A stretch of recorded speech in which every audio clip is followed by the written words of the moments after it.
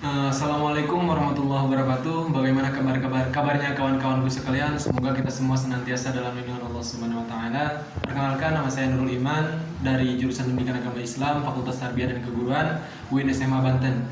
Baiklah, di sini saya akan sedikit banyaknya menjelaskan tentang mata kuliah telah kurikulum yang berjudul Pemetaan Kompetensi Mapping atau Scanning Mata Pelajaran kelas 12 SMA semester ganjil. Baiklah, sebelumnya saya mohon maaf karena di sini saya sedikit melihat teks karena belum hafal ya. Baik, untuk yang pertama yaitu poin A, kompetensi atau kompetensi mapping. Standar kompetensi yang pertama memahami ayat Al-Quran tentang anjuran bertoleransi. Yang kedua memahami ayat Al-Quran tentang etos kerja. Yang ketiga meningkatkan keimanan kepada hari akhir. Yang keempat membiasakan akhlak terpuji. Yang kelima memahami hukum Islam tentang hukum keluarga. Dan yang terakhir memahami perkembangan Islam di Indonesia. Nah, baiklah, di sini ada kompetensi inti dan kompetensi dasar. Sebelum ke kompetensi dasar, saya akan memaparkan tentang kompetensi inti. Baik, di sini ada beberapa poin. Yang pertama, menghayati dan mengamalkan ajaran agama yang menganutnya. Yang kedua, menunjukkan perilaku jujur, disiplin, bertanggung jawab, peduli, gotong royong atau kerjasama, toleransi, damai, santun, sebagai bagian dari solusi atas sebagai permasalahan dalam berinteraksi secara sosial. Nah, dan yang ketiga, memahami, menerapkan, menganalisis, dan mengevaluasi pengetahuan faktual, konseptual, prosedural, dan metakognitif berdasarkan rasa ingin tahunya tentang ilmu pengetahuan dan teknologi. Selanjutnya, poin keempat yakni mengolah, menalar, menyaji, dan mencipta dalam ranah konkret, dalam ranah abstrak terkait dengan pengembangan diri yang dipelajarinya di sekolah secara mandiri serta bertindak efektif dan kreatif. Nah, itulah macam-macam dari kompetensi intinya. Dan selanjutnya beralih ke kompetensi dasar. Di sini ada beberapa poin juga. Yang pertama, menghayati nilai-nilai keimanan kepada hari akhir. Yang kedua, menghayati nilai-nilai keimanan kepada qada dan qadar. Yang poin selanjutnya menunjukkan sikap kritis dan demokratis sebagai implementasi dari pemahaman Quran Surat Ali Imran ayat 3, Quran Surat ketiga ayat 90 sampai 91, dan serta hadis yang terkait. Dan poin yang selanjutnya menunjukkan perilaku saling menasehati dalam kebaikan dan saling menasehati dalam kebenaran. Selanjutnya menunjuk sikap mawas diri atau rendah diri gitu kan, beribadah sebagai cerminan dari kesadaran beriman kepada hari akhir.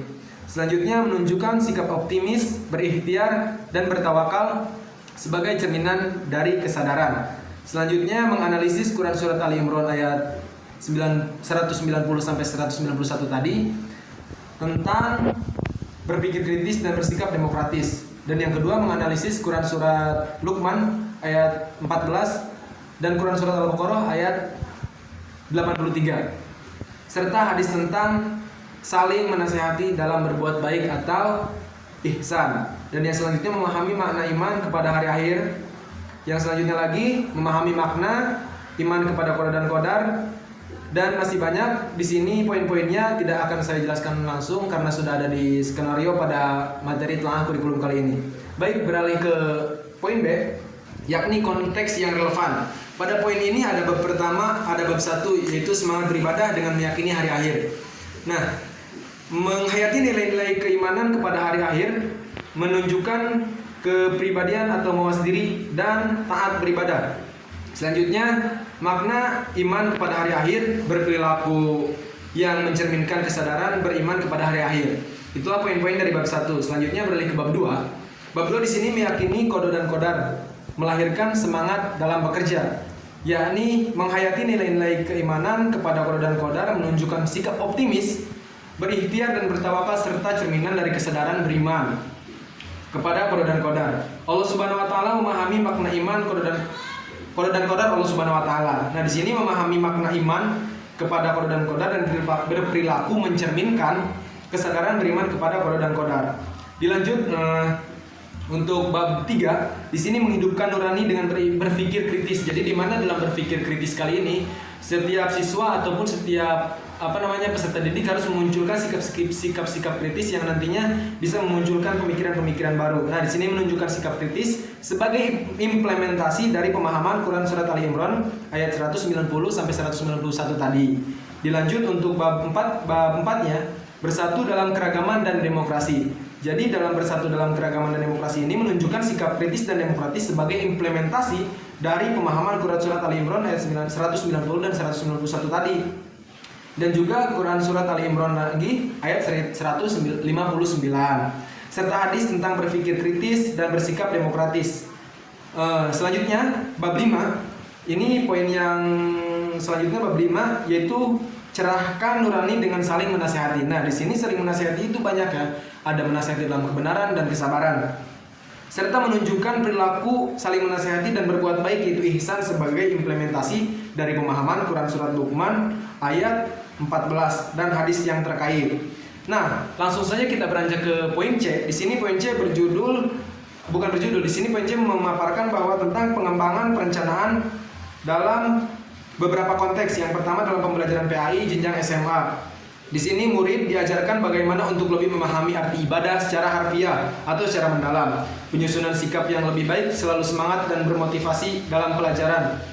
Terus selanjutnya kegiatan pembelajaran yang pertama ada pendahuluan, itu sudah menjadi hal yang lumrah ya, pendahuluan. Di sini ada poin-poinnya. Yang pertama pembukaan serta membaca doa bersama. Yang selanjutnya apresiasi atau mengkaitkan pembelajaran yang sudah dilalui dengan yang akan disampaikan. Jadi ibaratnya mengulang kembali materi yang sudah ada gitu.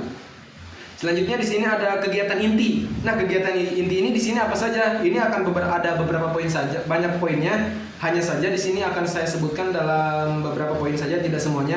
Yang pertama, guru memulai terlebih dahulu tema atau judul materi yang akan dipelajari, memberikan setidaknya penjelasan pada materi inti.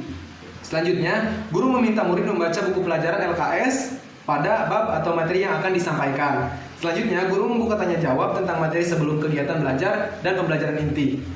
Dan yang terakhir itu penutup, di mana di sini guru memberikan kesimpulan dan saran terkait pembelajaran serta melakukan evaluasi pembelajaran yang tadi, terus pemberian tugas ataupun PR dan sebagainya, serta guru menutup kegiatan belajar mengajar dengan doa, diikuti dengan peserta didik.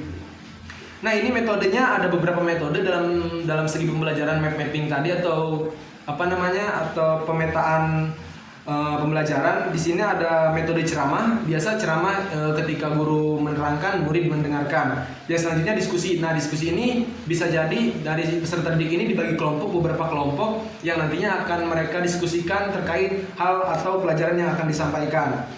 Selanjutnya bahan di sini apa aja sih? Nah, bahan di sini yang merupakan ada buku LKS, alat tulis, papan tulis, spidol, proyektor atau alat bantu yang lainnya. Ya, ini adalah poin terakhir. Poin terakhir ini di sini ada poin D, ide-ide pembelajaran. Yang pertama, mengadakan pembelajaran yang aktif dan menyenangkan seperti dengan menggunakan alat bantu berupa gambar ataupun alat-alat peraga yang lainnya. Dan yang kedua, poin B-nya memberikan reward atau hadiah kepada murid yang berprestasi atau yang nantinya bisa menjawab pertanyaan dari guru itu memberikan pertanyaan tadi. Selanjutnya poin terakhir adalah motivasi kekinian, dan merupakan ibaratnya motivasi kekinian ini yang nantinya diharapkan bisa memotivasi peserta didik untuk lebih semangat lagi dalam belajar, lebih semangat lagi dalam menuntut ilmu dan sebagainya. Nah, ini merupakan poin terakhir dan mungkin hanya itu yang dapat saya sampaikan. Kurang lebihnya saya mohon maaf. Apabila ada kata-kata yang kurang pas, mohon dimaafkan karena kebenaran hanya datang dari Allah dan kesalahan datang dari saya pribadi. Sekali lagi kurang lebihnya mohon maaf. Assalamualaikum warahmatullahi wabarakatuh. Terima kasih.